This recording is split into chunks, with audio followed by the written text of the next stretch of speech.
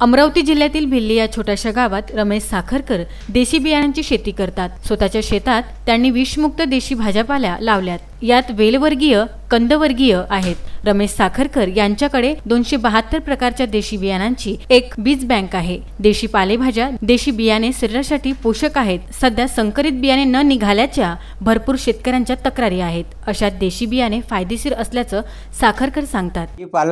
संकरित बियाण्याचा भाजीपाला जर आपण मानवांनी जर खाल्ला तर ते भाजीपाला न खाता रोगांना आमंत्रण देणे होते आणि रासायनिक भाजीपाल्यापासून आपली रोगप्रतिकारशक्ती कमी होतो, शरीराला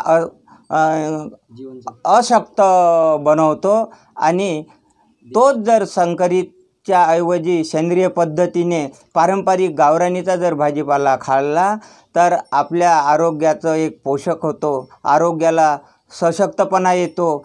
नया 9 दिन पुराना 100 दिन, एक दिवस देशी बियाण्याशिवाय तुम्हाला दुसरा पर्यायच राहणार नाही। देशी बियाणं आहे तर सगळी जीवसृष्टी आहे, मानवसृष्टी नाही तर सगळी जीवसृष्टी आहे। म्हणून सगळ्यांना मी एक नम्र विनंती करतो, मीही बी घडलो तुम्ही बी घडा ना।